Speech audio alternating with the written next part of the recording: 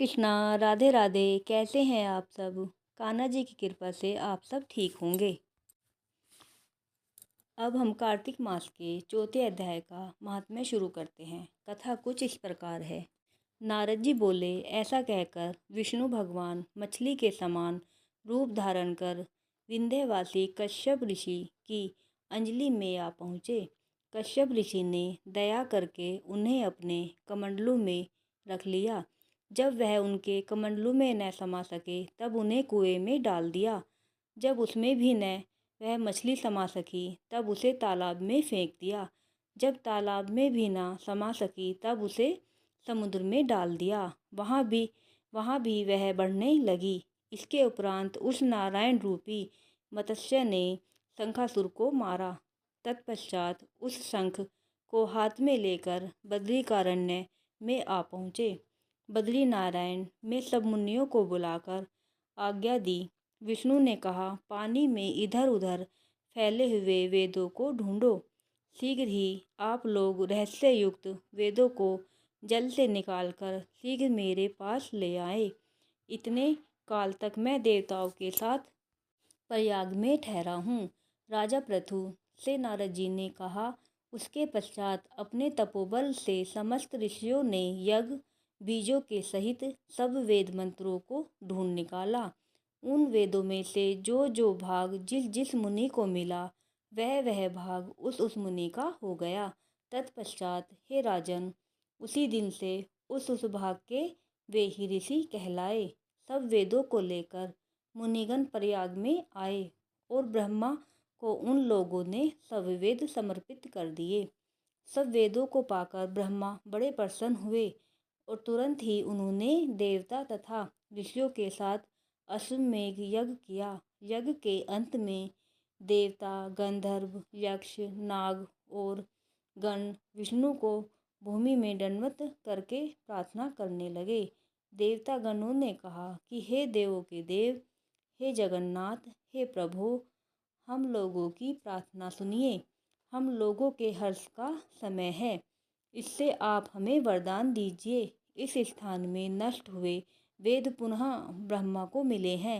हे लक्ष्मीपते, आपकी अनुकंपा से हम लोगों को यज्ञ का भाग भी यहाँ मिला है। इसलिए यह स्थान आपके प्रसाद से आज से पृथ्वी पर सर्वप्रधान पुण्य को बढ़ाने वाला, मुक्ति और भुक्ति को देने वाला होवे।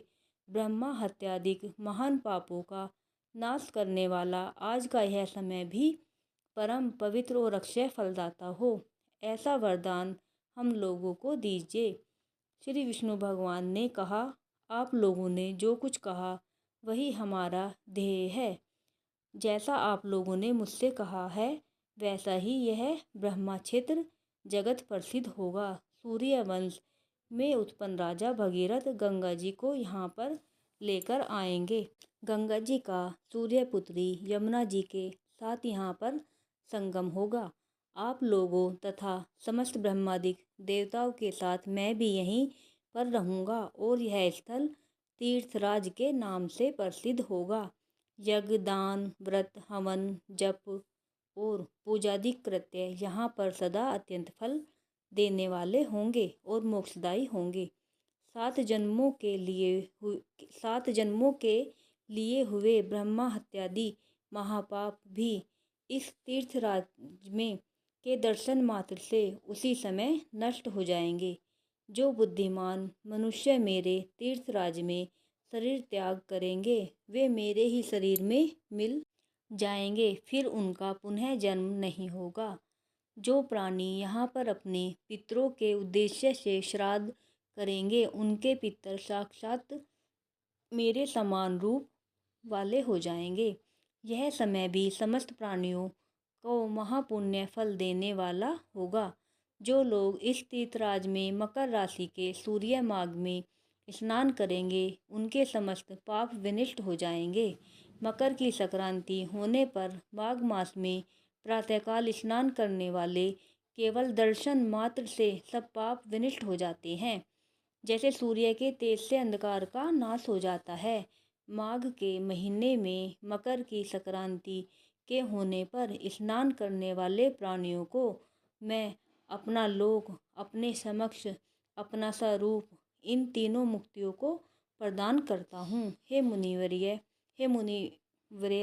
आप लोग मेरे शब्दों को सुनिए। मैं सर्वत्र व्याप्त रहता हूँ, सर्वदा बद्रिकारण्य में निवास करता हूँ। अत्यंत सैकड़ों वर्ष तप करने पर जो फल प्राप्त होता है, वही फल यहाँ पर एक दिन में मिल जाएगा। जो महानुभाव मेरे उस स्थान बद्रिकाश्रम का दर्शन करेंगे, वे जीवन मुक्त हो जाएंगे और उनके समस्त पाप नष्ट हो जाएंगे। श्री सूत जी बोले कि इस तरह विष्णु भगवान उन सब देवताओं से कहकर ब्रह्मा जी के साथ ही अंतर्ध्यान हो गए और इंद्रादि देवगण भी अपने अंशों को वहीं छोड़कर अंतर्ध्यान हो गए। जो प्राणी इसे शुद्ध मन से सुनेंगे अथवा सुनावेंगे, वे तीर्थराज प्रयाग और बद्रिकारण्य में जाने के समान फल को प्राप्त होंगे। राधे राधे।